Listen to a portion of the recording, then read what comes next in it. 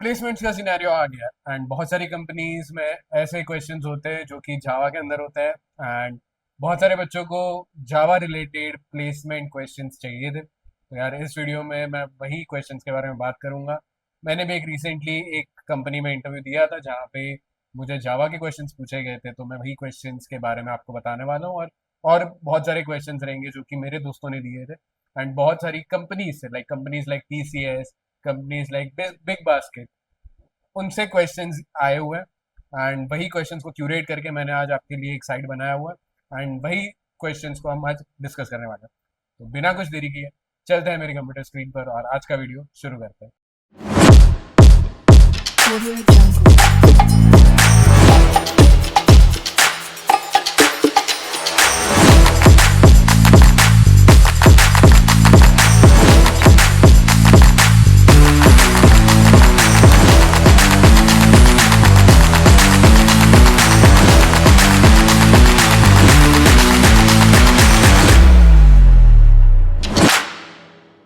तो यार let's see what are the Java interview questions for the SDE1 role.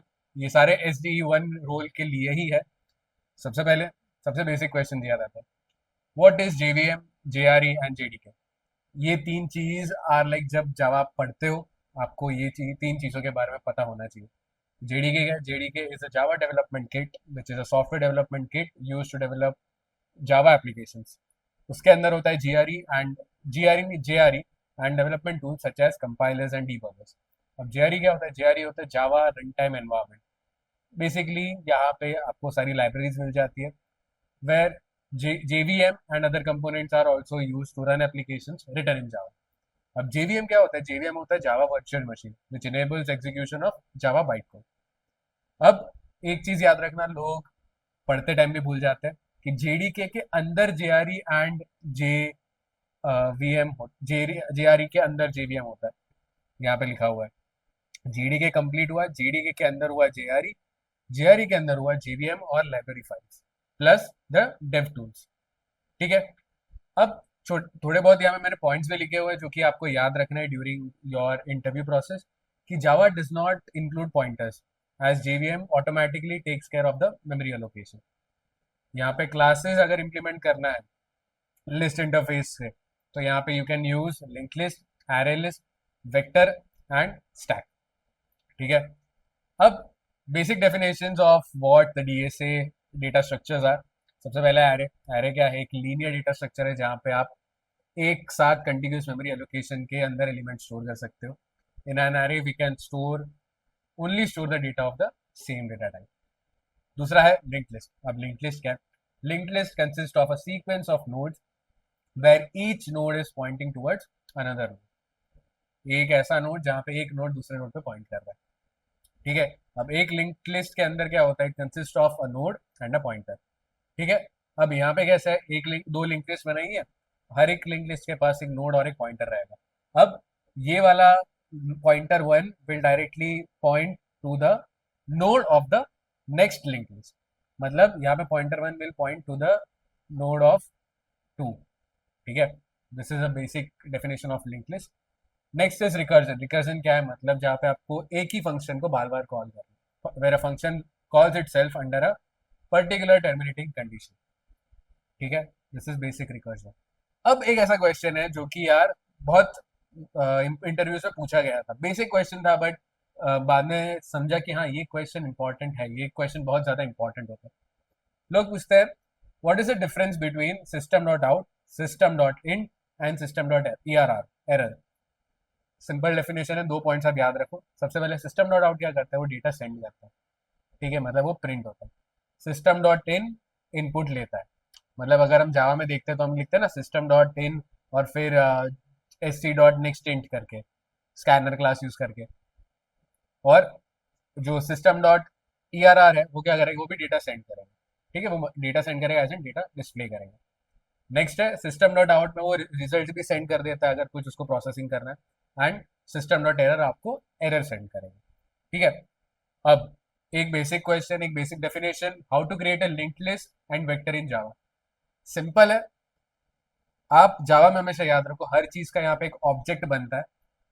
तो आपको बनाने के लिए उसका एक ऑब्जेक्ट ही इनिशियलाइज करना पड़ेगा। ठीक है, एक बेसिक सिंटैक्स याद रखो। सबसे पहले आपको लिखना है कि आपको कौन सा डेटा स्ट्रक्चर इनिशियलाइज करना है। यहाँ पे मुझे लिंक्ड लिस्ट इनिशियलाइज करना है, मैंने लिखा लिंक्ड लिस्ट। फिर उसका आएगा ऑब्जेक्ट नेम, आपको क्या ऑब्जेक्ट नेम देना है उस चीज को। फिर new, new is the keyword to create a new object. And then आप लिंक्ड लिस्ट या जो फंक्शन कॉल कर रहे हो या जो मेथड कॉल कर रहे हो वो लिखना होगा। ठीक है, सो लिंक्ड लिस्ट के लिए हमने linked list L I equal to new linked list. फिर वेक्टर ऑब्जेक्ट आता है, तो वेक्टर भी वही किया, vector OBJ equal to new vector. अब यहाँ पे वो दो चीज लेता है, सबसे पहला है साइज एंड इंक्रीमेंट। इंक्रीमेंट मतलब कितने से इंक्रीमेंट करेगा, और साइज कितना साइज होना चाहिए वेक्टर का।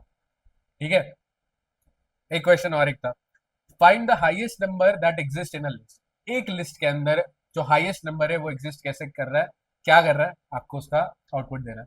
सिंपल कोड है, आपको एक पहले तो अनलेस एंड अनटिल अगर वो क्वेश्चन पूछा जाए कि आपको खुद से नंबर लेना है या रैंडम वैल्यूज लेनी है, मैंने यहाँ पे रैंडम वैल्यूज लिए। एक लिस्ट इनिशियलाइज किया, लिस्ट जहाँ पे इंटीजर होगा, सारे वैल्यूज इंटीजर होंगे। एक वेरिएबल, और मैंने बोला arrays dot as list, as a list represent करो, and I have given a value. अब I want to get the value of the first index, मैं सबसे पहला इंडेक्स का वैल्यू ले रहा हूँ which is 3। Now I am iterating through the list and then checking the values of the index. ठीक है, मैंने फॉर लूप लगाया नंबर्स डॉट लेंथ का, इस इंडेक्स या लिस्ट की हमें लेंथ मिल जाएगी। लेंथ तक मुझे आइटरेट करना है एंड मुझे चेक करना है कि जो मुझे नंबर दिया गया है, जो सबसे पहला नंबर था 3, is the number 3 greater than the number on the next index? If we see 3 is greater than 2, yes, तो we what we do is वो इंडेक्स वाला वैल्यू हम नम में दे देंगे। ठीक है, अगर नहीं हुआ तो उसके बाद वाला देंगे। अब हमने देखा चलो 3 इज ग्रेटर देन 2, तो नम हो गया 3, वो आ गया बाहर। Now we iterate it over 1, I plus 1 हो जाएगा। Now if we see 2, 2 is 3 greater than 23, 2 नहीं आएगा, यहाँ पे आएगा 23। इज 3 ग्रेटर देन 23, नो, वहां पे कंडीशन में आएगा, तो नम क्या होगा 23। फिर वैसे ही वो चेक करते जाएगा until and unless the loop और the size और the length of the list is completed। ठीक है, ये था एक क्वेश्चन जहाँ पे हम हाईएस्ट नंबर निकाल रहे हैं एक लिस्ट के अंदर। नेक्स्ट क्वेश्चन बहुत ज्यादा कॉमन क्वेश्चन पूछा जाता है, how to reverse a string in Java. Simple है, एक स्ट्रिंग वैल्यू लो, उसके अंदर स्ट्रिंग सेव करो, एक रिवर्स वैल्यू लो, उसके अंदर आप जो रिवर्स स्ट्रिंग रहेगा उसको सेव करोगे। आइटरेट करना है आपको लेंथ तक, एंड देन आपको यहाँ पे क्या करना है, रिवर्स के अंदर we add the value of that index of that string and then print the value. ठीक है, और क्या कहाँ तक होगा, हमारे स्ट्रिंग के लेंथ तक। ठीक है, अब ये कुछ टेक्निकल कॉन्सेप्ट्स होते हैं जो कि जावा के अंदर पूछे जाते हैं इंटरव्यूज में, ये मुझे भी पूछे गए थे। सबसे पहला क्वेश्चन था व्हाट इज सिंक्रोनाइजेशन। अब सिंक्रोनाइजेशन क्या है, it is a process that allows only one thread at a particular time to complete a given task entirely. मतलब आपको सिंक्रोनाइजेशन के टाइम अगर पूछो व्हाट इज सिंक्रोनाइजेशन, तो सिंपली बोलना कि sir here we use a single thread to complete a single task entirely rather than using multiple threads। ठीक है, सिंपल आंसर है। Next is multi-threading. What is multi-threading? It is a feature that allows concurrent execution of two or more parts of a program for maximum utilization of CPU। आप multiple threads use करते हो जहां पे आप दो से ज्यादा प्रोग्राम का पार्ट एग्जीक्यूट कर सकते हो ताकि आपका सीपीयू का यूटिलाइजेशन मैक्सिमम हो जाए। डिफरेंस वही होगा, सिंक्रोनाइजेशन में मैक्सिमम सीपीयू यूटिलाइजेशन नहीं होगा क्योंकि एक टास्क यूज कर रहा है, बाकी का जो मेमोरी है वो बच रहा है। वेराज इन मल्टी थ्रेडिंग वो पूरा सीपीयू यूटिलाइज हो जाएगा। फिर आता है सिंगलटन डिजाइन पैटर्न। अब सिंगलटन डिजाइन पैटर्न क्या करता है, it defines define a class that has only one instance and provides a global point to access it। ठीक है, एक इंस्टेंस ही देगा एंड ग्लोबल पॉइंट देगा जहां से हम उसको एक्सेस कर पाएंगे। नेक्स्ट, सबसे फेवरेट क्वेश्चन इंटरव्यू का उप्स। उप्स के चार इंपॉर्टेंट कंसेप्ट। सबसे पहला है एब्स्ट्रैक्शन। एब्स्ट्रैक्शन क्या करता है, it is a process by which only the essential details are displayed to the user। Let's take a simple example।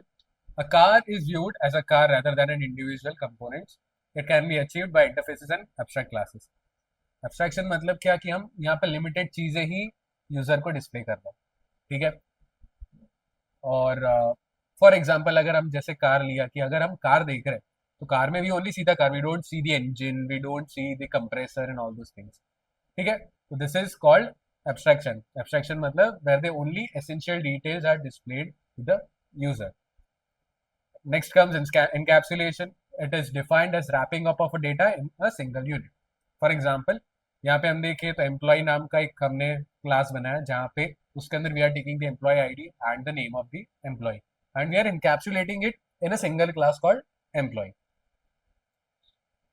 Next comes inheritance. Inheritance क्या है? It is the property where one inherits the property of another class. Simple example, बहुत easy example. आप एक बच्चे हो, if you are a person, you are inheriting properties of your parents. आपके अंदर कुछ प्रॉपर्टीज आपके मम्मी की आई है, कुछ प्रॉपर्टीज अपने पापा की आई है। प्रॉपर्टीज एज इन किसी का हेयर कलर, किसी की हाइट, किसी का बॉडी टोन। तो क्या हो रहा है कि यू आर एनहांसिंग और you are getting the properties from your parent class.